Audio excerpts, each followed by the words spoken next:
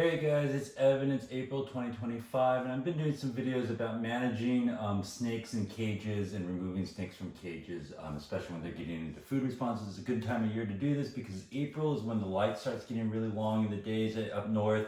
I'm starting to creep up my temperatures and these snakes get real food addicts. So I'm just going to start filming some short ones of me managing snakes in different scenarios to see how it goes down in real life. And one thing you should notice here, I have my Argentine boa constrictors paired. These are large animals. The smaller one is 7 foot, the bigger one's about 8 foot. There's about 40 pounds of animal in this cage and you don't want to be bitten by them.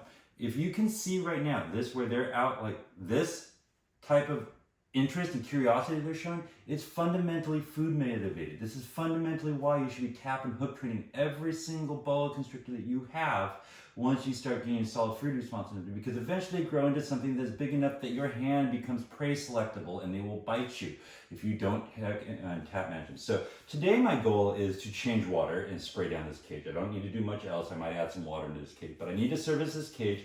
Right now, these are high risk of biting me.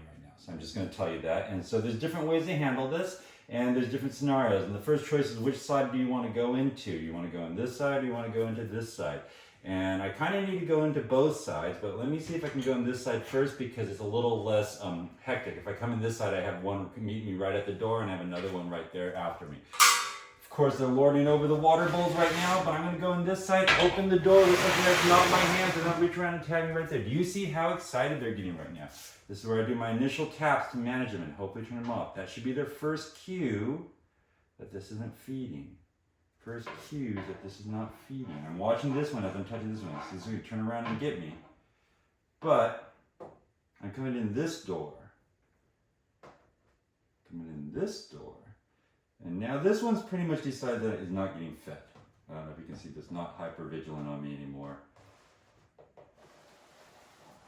So that one's done, this one's done, I'm in.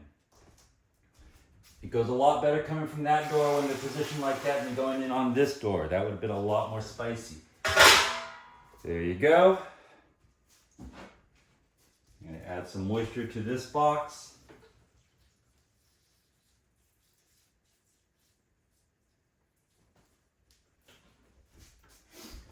I'm going to fill my water bottle in from over here. I have 20 on both their heads. One point to be made is if this seems intimidating to you, this is part of breeding, and so breeding doesn't require you to be hyper experienced to be successful, but you do need to have your basic husbandry round right. You do need to have your animal really healthy, and then you also have to just be over the hump where fundamental management things aren't a challenge to you anymore. So, because if you think about, like, if pulling out one boa that was spicy seems intimidating to you, imagine 2 of them in the cage. It just, you have to be at a certain point developmentally before it becomes reasonable to attempt. Again, she would very likely bite me if I just opened this door and stuck my hand in there.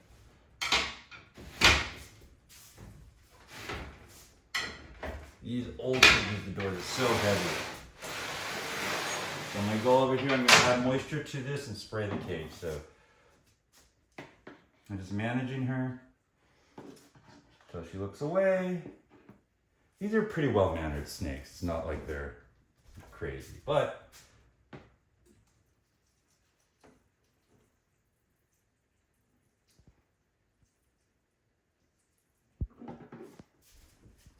and the final thing, we're getting a storm front in today. They're breeding, so I like to play the weather with my spray downs.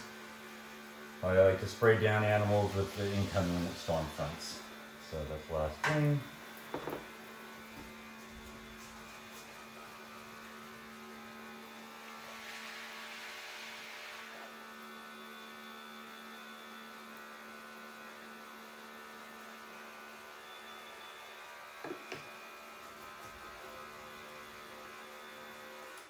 All right. Get you back in here, bucko. Much Diego.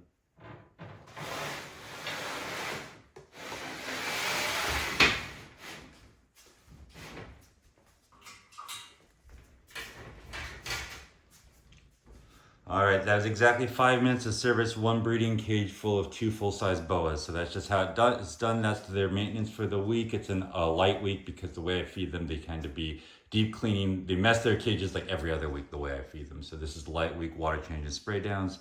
Next week, it'll probably be bigger because they're due to be fed.